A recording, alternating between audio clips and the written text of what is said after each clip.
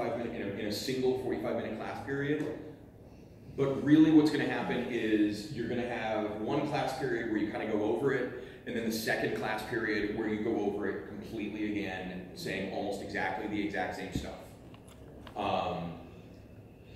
You can kind of parse it out and maybe keep some of the stuff like calculating components in one class period and then going backward and doing your composites and your angles in the second class period. Something like that is a good way to divvy that up, even potentially before actually assigning to them activity 2.1.4. Activity 2.1.4, they do need to, if I remember correctly, they do need to go back and forth in terms of toward composites and then back, towards components and back toward composites.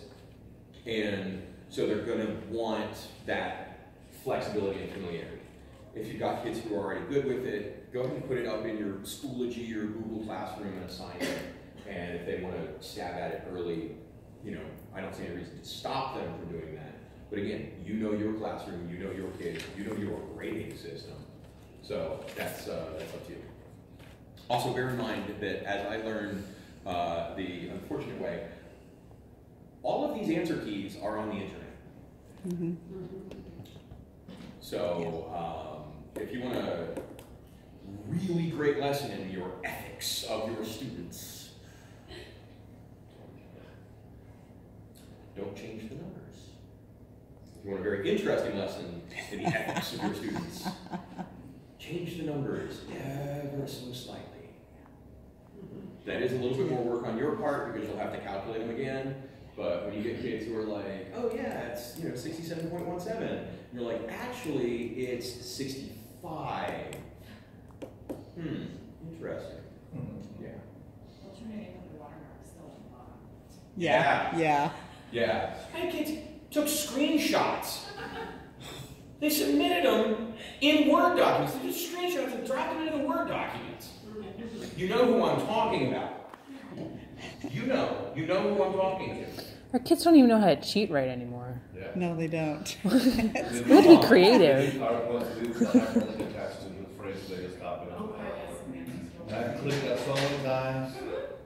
Sometimes I'm scared to, but I have to. I know. Oh, I have So, chemistry tests that we static have determinacy. Games. Static determinacy is one of the first questions we need to ask. When we come across a truss in the woods, we need to know, is it worth our time? And the bottom line is, if it's not statically determinate, it's literally not worth our time. There are totally weird ways of doing the math that we can approximate these numbers, and we can do some linear algebra and stuff like that. It's not worth it. It's absolutely not worth it. For our purposes, we want to only deal with statically determinate trusses. And there is a fabulously simple equation for that. 2j equals m plus r. This is a question. This is a question. 2j equals m plus r. Does 2j equal m plus r? We want to know if this is a true statement. If this is a true statement, then yes, it is statically determinate. If it is a false statement, then no, it is not statically determinate. We say it is statically indeterminate. J is the number of joints, M is the number of members, R is the number of reaction forces. I'm sure you all remember that from Core Training Institute. Your CTI probably was like, oh look, yeah, this is like super easy, woo! Let's move on to the crazy stuff. Let's spend a minute before we move on to the crazy stuff. In terms of reaction forces, as we should also remember, pins have two reaction forces, one in X, one in Y. Rollers have only one reaction force, either in X or in Y.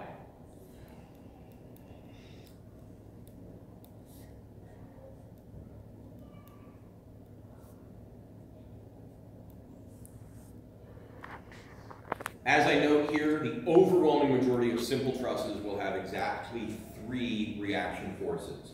They will be supported at opposite ends, one of which will be pinned, the other which will have a roller. kids are gonna ask, well, is it actually a roller? You can literally find pictures out on the internet. Some of them, on rare occasions, actually do have steel rollers. They're steel, they look like rolling pins. They're about this big around, and they hold up the end of a bridge. Others, it's an expansion joint where it just sits on a block of metal. And that bridge, as it expands in the heat, slides over it. As it contracts in the heat, it slides back. Yes, they literally do have these things. Pins, they literally do have an anchor on one end that keeps that end from being expanded. It keeps all the expansion over on one end. If they find any bridge out in the universe, you are going to find these things. It really exists. It's kind of cool. My neighborhood, right around the corner, there are 2 truss bridges over very popular roads that some of these kids take to get home. And so in years past, I've gone out and I've taken photographs of them and I've incorporated them into my lessons, and I've said, yeah, this road that you take to get home, this bridge that you go over, here is the pin, here is the roller. And then if we wanted to get really crazy, I could go out and stand in the lot and I could take a picture of it and I could say, all right, calculate static determinism for this. Kids. But I haven't, because I don't like standing in 20-foot deep water. It's not a thing. So, what do we think? Nice and simple. 1 joint, 2 members. How many reaction forces? None. There's no pin nor a roller. So, 2 times 1, then 2 plus 0. Does 2 equal 2? Yes. Yes, therefore it's statically determinate. However, it's trivially statically determinate, so we're going to get rid of that. How about this one? This is where we point out to our kids that pretty much universally, whenever they see these things drawn, a triangle represents the pin, a roller or a dot represents the roller. And it's important to notice where the roller is located. This roller is located under this joint. It's not off to the side. Because it's located under this joint, it is holding up this joint. So its actual reaction is in what direction? Y. It's in Y. While it allows the truss to expand in X, it doesn't provide any resistance in X. Because it doesn't provide resistance in X, it's not a reaction force in X. It does provide resistance in Y. Your kids are going to get tripped up on that. I get 1 or 2 every year who just get that backwards every single time. And it's like nothing I can do seems to clarify for them. So here, how many joints do we have? We have 4 joints. How many members? 5. We have 5. You will get students who will count this as 1 member. That is not 1 member. That is 2 members. That is 2 members. Because it gets broken up by this vertical here, there is a joint that separates that member into 2 separate members. That is very, very, very important. So if you wind up with a bridge that has, 17 of these things going across, 17 of these verticals and diagonals and things like that, your stringer is, in other words, the member, or the set of members all the way across the bottom, your roadway, quote unquote, that's not 1 member. That's going to be, 17, 18 members. So you do have to count each and every one. So here, 1, 2, 3, 4, 5. So that's 5. How many reaction forces do we have? 3. We have 3. We've got 2 from the pin, 1 from the roller. So we've got, on the left-hand side, we have 2 times 1, 2, 3, 4. So that's 8. On the right-hand side, we have 5 plus 3, so that's also 8. Does 8 equal 8? Yes. So we have a true statement, therefore, statically determinate.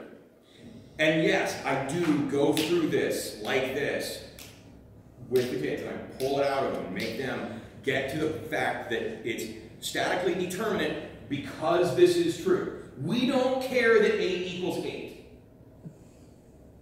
The reflective property, the reflexive property tells us A equals A. We don't care. What we do care is that this equation is a true statement. But let's suppose this roller was a pin. And I should have updated this image, but anyway. So if the roller was a pin, we would then wind up with 2 times 4 equals 5 plus 4, which is 8 equals 9. That is a false statement, as most of us would agree, so it's statically indeterminate. What that means, and you're going to get kids who are like, okay, I'll say that. What that means is if we were to do all of the equationing on this, we would wind up in a situation where we would have at least one unknown. We would wind up with at least one force value that we literally cannot solve for. And that's a problem. Hypostatic. What's that? It's called an hypostatic problem. Oh, yeah. Hypostatic. How about this one?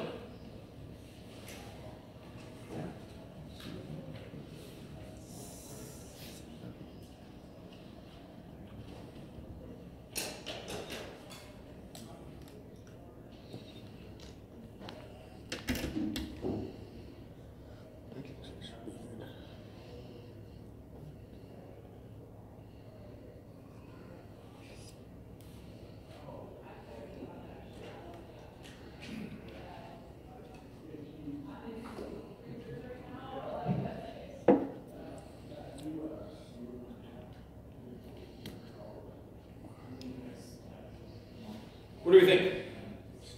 Yes. Yeah. All right. How about this one? No, it's a very slight difference here. Just putting it behind bar.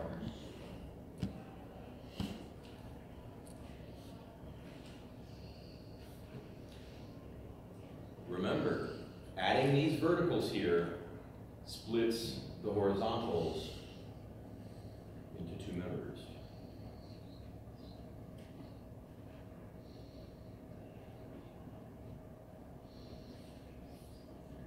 That's good.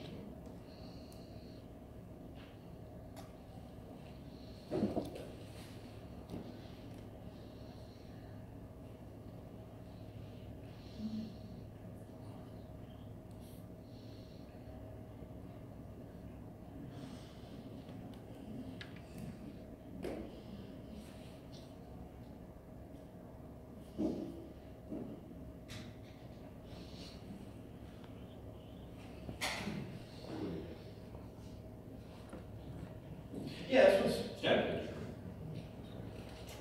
How about this one? I'll give you a hint. Yeah, it is. Is that How about, ready for it? Oh, that one. Whoops. That one. I'll give you a hint. Yeah, it is. No. That one. Ooh. Now you have a weird triangle in the middle, it's not. There is a The big triangle joints in the right middle. here, you're going to have a truss like this with nothing to support it, so that's not. Technically, it actually works. Yeah. If you could calculate that. According to MD Solids, it works.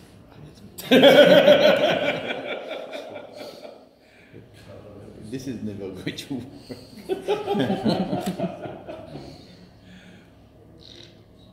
The math holds, but that's about it. Oh, dude, it's fucking nightmarish. You have to use method of sections. You can't do method of joints. Because this one right Yeah. here, these two. And the one in the middle, the bottom too, is messed up. This one gets goofy, Yeah. but these are the two Yeah, that yeah, yeah. really just punch it in the throat. So I like showing this one to my students just to make them freak out. You would never see this in reality. It's, yes, technically speaking, it's statically determinate. And yes, MD Solids will solve this for you. By hand, the techniques that we're gonna go through will not. You need to use a couple of more advanced techniques called the method of sections. We're just not getting anywhere there. I've had one student in the 9 years that I've been teaching this, I've had one student who's gone anywhere near it, and he is like wicked genius Doogie Howser type stuff. He made an Excel sheet to do some linear algebra to solve it. I don't fully understand what the heck he did, but he did manage to solve it on his own. I'm like, all right, bro, cool, you win. Like, you win everything this year. I don't know what's happening here. Yeah. Lineal was so great, though. I mean, it was great, but it was logic and this, and but unfortunately, the class that I took, the professor was like, okay, well, we're gonna learn this program we're supposed to do. You suck. Yeah, that stinks. That stinks. So one of the things to kind of point out to the students, so this type of truss, this one right here is it's called Warren truss. It's named for the dude who invented it. It is a bridge made of equal triangles. Warren trusses, if they are simply supported, so simple support means one pin, one roller. A simply supported Warren truss is always statically determined. A simply supported Warren with verticals, as this one is called, is always statically determined. Do I still make them show me that it's statically determinate? Yes. I still want to know. A Norman truss, by the way, is the same as a Warren, except for it's taller. It's a tall isosceles. But it's the same thing mathematically because you're looking at the same joints, members, and reactions. Again, simply supported. When you start getting to complex supports with piers and things like that you might see in, like West Point Bridge Designer, for example, that's when stuff gets totally bonkers. So we're not going there. We're gonna stay away. So here's where we're going to take our first break. But before we take our break, what I would like you to do, please, is go ahead and sketch each of these 5 into your notebooks or your tablets, whatever you've got going on. We're going to go through these. These are going to be our trusses. We're going to call these B, C, D, E, and F. And as we go through them, the two that we're really going to step through are B and C, but D, E, and F are also going to be important. So go ahead and sketch these, and I'll give you, maybe 10 minutes to do that. If you want to get up, stretch your legs, and go to the bathroom, this is a great time to do that as well. So now what we do is we're going to talk about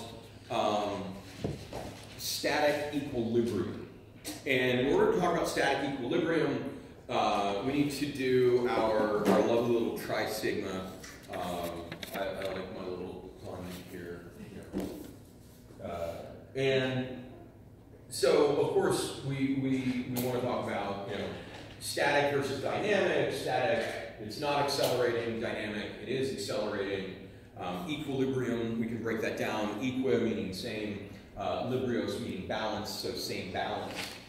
Meaning all things are in balance and we don't have anything accelerating. That's the key. Now, of course, your kids are going to say, oh, in other words, it's not moving. No, that's incorrect. We are moving at about 14 million miles an hour right now.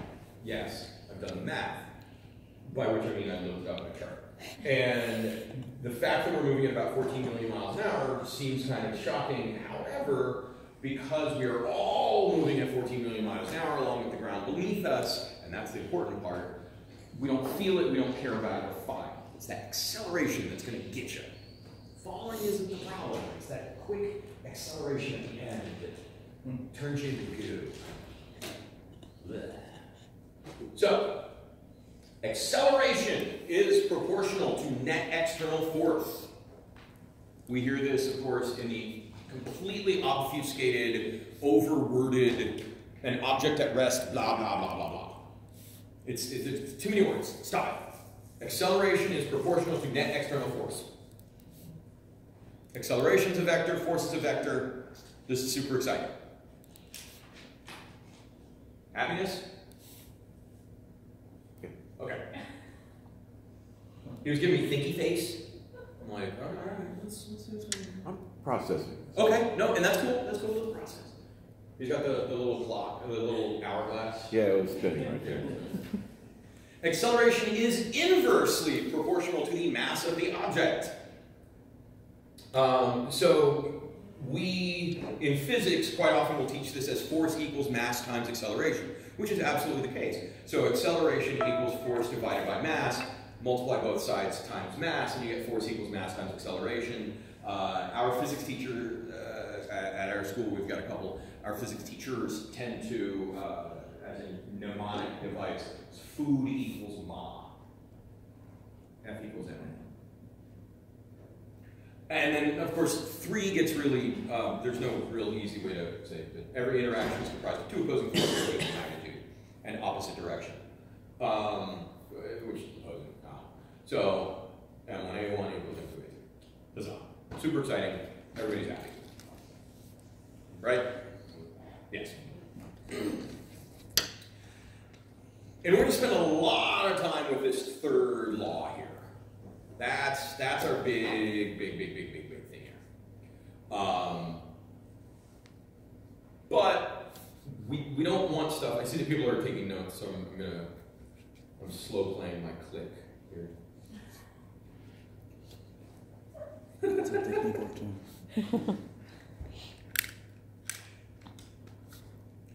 And That's our guy's first date. that should say accelerate. I don't know why it says move. That should say accelerate. I've had this long enough. Anyway, if our bridge isn't accelerating in some direction, then we know that all forces are balanced. We know that by the first law. It's proportional to net external force. So if acceleration equals 0, then we know that net external force equals 0. If net external force equals 0, then we know that acceleration equals 0. That's the law. So that means that all vertical forces are balanced. All horizontal forces are balanced. And this is the one that's totally going to freak your kids out, all rotational forces are balanced. And the funny thing is, when we remind them that we spent a month on this at the beginning of the year, and they're like, what do you mean? I'm like, dude, levers. Oh. Right. It's exactly the same thing. Moment and torque, exactly the same thing. Literally the only difference is the industry that uses which word. If it's supposed to move, we call it torque. If it's not supposed to move, we call it moment. Literally the only difference. Okay, that and in statics, there is a thing called A torque. And unfortunately, A torque is when the 2 moments cancel each other out to create 0. That's really frustrating. We don't get into that. But if you run across that in the woods, just leave it alone. Don't let it bite you. It's rabid. But you get this lovely little equation. Moment equals force times distance. And of course, distance here is the distance from the center of rotation to the perpendicular center of the applied force. That perpendicular center of the applied force. That gets crazy, but it's actually pretty simple and easy to explain. And when we start getting into some of our trig stuff, it all simplifies and it washes out. It's very happy. So again, our definitions. Moment is the induced tendency of rotation within a system. In other words, there's some external force applied. That external force is applied somewhere off of the center of rotation. If you have kids who are having trouble getting this, a simple way of displaying it, if you have a rolly chair, you gotta have a rolly chair to make this work. And most of us as teachers have been fortunate enough to scavenge rolly chairs out of the trash. I've got 2 that I've scavenged out of trash cans. And if you have, and it's always fun, have one of your kids sit in the chair, have another kid push them, and start by taking both hands, push on the back of the chair, and just push in a direction. And as you push, it goes straight. The kid doesn't rotate. You can even take one hand right in the center, and you push, and the kid doesn't rotate. Turn, you can push, and the kid doesn't rotate. Take that same one hand and apply it to one of the corners of the chair, and all of a sudden, you're not making as much horizontal motion, but you're sure spinning. And if you get a little bit closer to the center, you're going to get more horizontal motion and spinning, and then you get, pardon me, back to the center, and you push in a horizontal line. So that's giving us that same idea of the applied force away from the center of, there we go. Oh, this is all the stuff that I just said. It's just a very wordy slide that I tell my students never to do.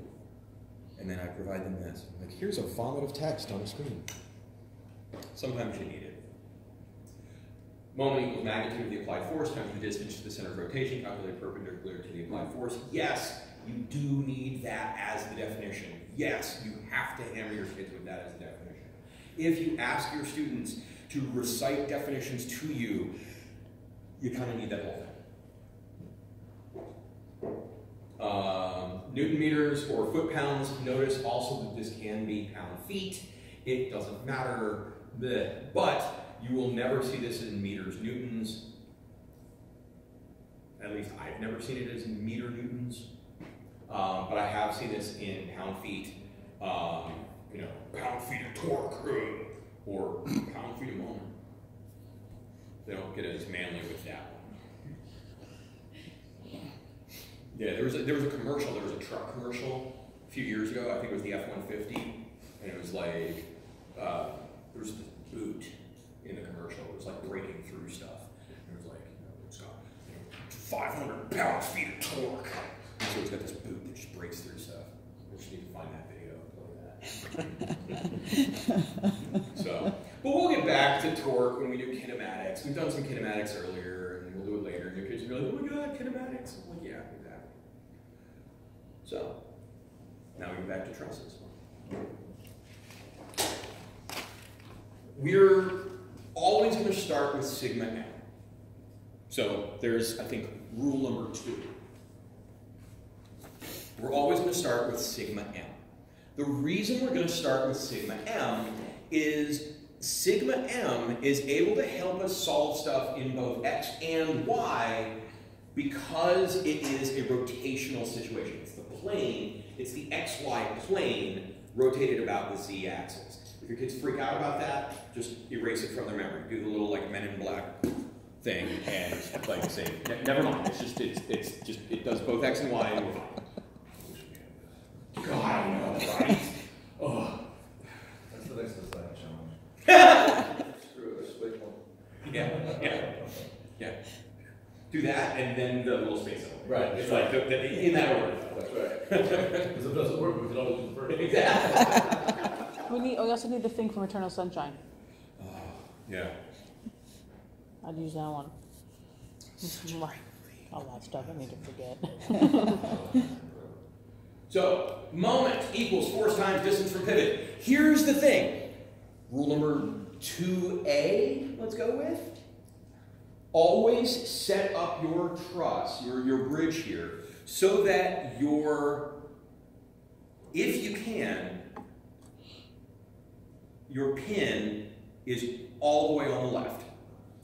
Set it up so that your pin is all the way on the left. And you say, but Mr. Quinton-Schein, what if it's set up where the roller's on the left and the pin's on the right? Whoa, gosh, what can I do? It's the same thing as, okay, I see you from this side. Oh, look, now I see you from this side. Literally just walk around to the other side of the bridge. Just take the bridge and flip it around, and you've got your pin on your left. That's literally as difficult as it is. Just walk across the parking lot. Look both ways before you cross the street. But the phone before you do that, though. Right, yeah. But this is really important in terms of the stuff that's going to come next. And it's because of our definition of positive and negative when it comes to moment. Our definition of positive moment is counterclockwise. So it's just like when we're dealing with angles in the unit circle, and that's, again, that lovely little hand down from mathematics on the other end of the building. We have this wonderful, at least in my building. My building's it's like 0.25, it's almost a quarter mile from one end to the other. And so my kids are like, 5 minutes isn't long enough. I'm like, I mean, it is. So get this. So show them my high school. So when we rotate this way, and this is what's really cool, positive moment. If we convert positive moment to a force in y, positive is positive and negative is negative. That's really convenient. If this is over here, and our roller is over here, this is negative moment, but positive y. None of your students, not a single one of them is going to remember that. Not a single one is going to remember that. You are going to screw up every single time. Their calculations are going to be completely boxed. Similarly, you wind up in some cool stuff with x, but we don't really need to worry about x right now. So don't worry about that. You wind up in some crazy stuff with x rather, but we don't need to worry about that because what we're focused on first is going to be y. We're going to use our pin as our reference. The reason we're going to use our pin as our reference is look at our calculation. Moment equals force times distance from pivot. If we use our pin as our pivot, in other words, as our datum, what is the distance from A to A? 0. So what is the moment at A? 0. No matter how much force is applied, you are not going to generate any rotation at A. Which means that we get rid of F sub A sub x and F sub A sub y. Both of our reaction forces at A, gone. Don't have to worry about it. Makes it super duper simple. Always use that as your reference. So that's, I guess, rule 2B. We've already defined AB equals BC equals 5. This is where stuff gets a little bit weird. And at least for the first couple of times, I really do want my students to write it all out. So we say sigma m, then we include everything that needs to be included in sigma m. And then we include the fact that sigma m has to equal 0. Why again does sigma m have to equal 0? Because it's not accelerating, it's not rotating. Because it's not rotating, we know by Newton's first law that there's no net external force. So m sub a plus m sub b plus m sub c has to equal 0. D, we can technically include that because it's a joint, but the bottom line is there's no external force on it anyway, so we know that it's going to be 0. Then we expand all of that out. We say f sub a times 0, which is our distance, plus f sub b times ab, which is our distance, plus f sub c times ac equals 0. We know all of that fun stuff. So we know that this is going to disappear. We know that this is going to be, we know what f sub by is. We're given that that's 50 newtons in the y direction. It's downward. In the moment, by being clockwise, that's negative 50 newtons. So that's a little bit trippy for your kids. But that's why we use our pin over on the left as our reference. In y, it's downwards. In moment, it's clockwise. Both cases, because of our strategic choice, it happens to be negative. So that's the key. Now, I've always had a question, why we start with A, and I always say, you've got to get a point in space. You've got to start somewhere. It doesn't matter where you start. So, it's there. And could you do it for other places? Yeah, but why make it hard? Right there. Well, yeah, and because we're able to eliminate those two unknowns, right. That's why we want to use that pin. Right. Because it takes care of two unknowns, is basically why. Okay. Because realistically, what this should be is actually f sub a sub x times 0 plus f sub a sub y times 0 plus f sub b sub y, etc. Because we've got those two reactions over here. So I guess I should add in the fact that it's f sub a sub x times 0. Because we've got those two reactions at our pins. Potential two reactions.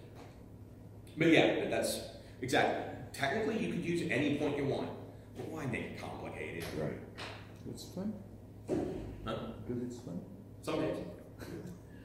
Hey, this wasn't supposed to go anywhere. Mm-hmm. Still isn't.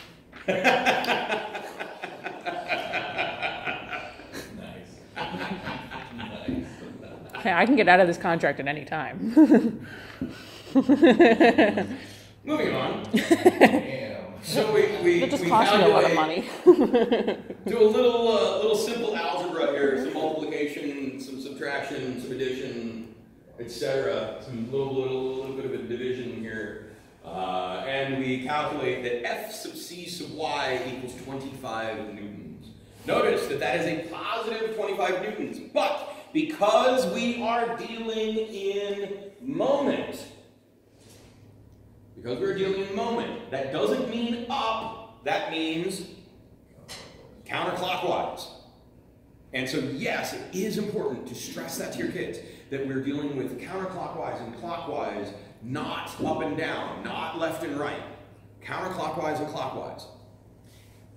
But because of our strategic choice earlier, it happens to be the case that that's going to overlap and be up and down. So we do wind up, and we could go ahead and modify our drawing to include this lovely little vector at C. So we've got our big 50 newtons down at B, and our 25 newtons up at C. This is roughly 11 pounds and about 5.5 pounds. So we're not really stressing these. Sometimes I stop right there and say, just think of a lever. You know, we put a board, put 50 pounds there, how much would it take to lift it back up? Absolutely. Absolutely. And that's what we're doing. Right. That's literally all that's happening, is that roller is just canceling the tendency to rotate that's induced by that 50-pound weight at B. That's all that's happening. We do the exact same thing at Y, in sigma Y. We say, what are all of our possible reactions in Y? Notice that D is not pinned, nor does D have a roller. D cannot have an external reaction. We are looking at external forces here. D cannot possibly have an external reaction. So unless D has a load on it, which would have been indicated at the beginning, D's not even part of the conversation. Tell D to walk away. Sit down, D. So F sub A sub Y and F sub C sub Y are reaction forces. So that's F sub B sub Y is provided. We already know F sub C sub Y. Nobody wants the D. I really note these on here. The D? Oh, yeah. Might be easier if I drew them on. We could do our substitution or we could do our simplification first. But we pretty quickly calculate that F sub A sub Y is going to be a positive 25 as well. Now, here we are dealing in Y, therefore positive 25 is, in fact, up.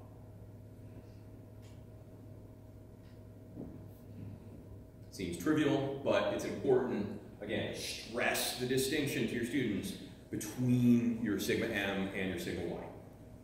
Really, really, really critically important.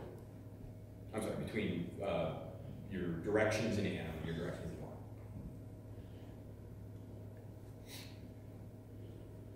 Cool so far? Super happy, fun time? Tiawu. Apparently that's Chinese for dance. Tiawu. Random. We have a Chinese program at my school, and so we've had children in the past who that's been the thing that they've picked up on.